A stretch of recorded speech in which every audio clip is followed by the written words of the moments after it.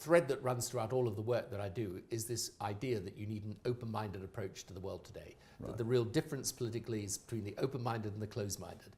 And so whether it's in the Middle East, where the key challenge is how do you get to religiously tolerant societies and cultural acceptance, or it's in the work we do in governance, which is all about how governments become more effective at accessing the best ideas in the world and translating them into practical effect in their countries, or in Western politics, where I think there's a risk that the center ground gets displaced by this populism left and right, and that will in the end be to the enormous disadvantage of the generations of the future. So the thread that runs throughout my work is that idea that globalization is moving the world closer together. It's an unstoppable force. It's driven by people and not actually by governments.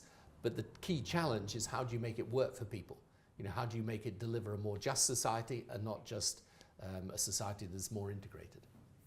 How do you think that we got to this strange position, this threat to constitutional democracy here in the UK, these rises of populism, this bifurcation you've referred to? Where, in your expert view, do you think this came out of?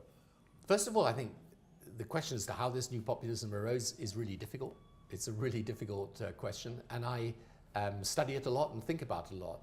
And so I give you quite tentative preliminary thoughts, as it were. Sure. I think, first of all, social media is itself a revolutionary phenomenon. Yes. It creates a great wall of noise. It has resulted in people tending to go into self-conforming groups that share a particular perspective, that don't really have a conversation outside of that group, and therefore you get politics fragmenting. The conventional media itself is fragmented and become much more polarized. And then I think partly because of that, the center ground has stopped leading. The center ground has become managers of the status quo when people want change. Right. And so I think the center's got to go back to being radical but still practical. You know, forward-looking, but still making change. And managers. Yeah, and they've got to be more than just managing the situation.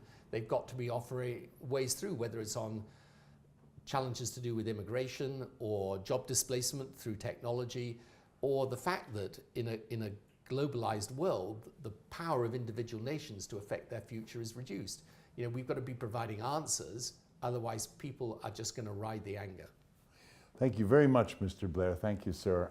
On behalf of Siggy and his family, it's been a great pleasure speaking with you, and thank you for your time. Thanks.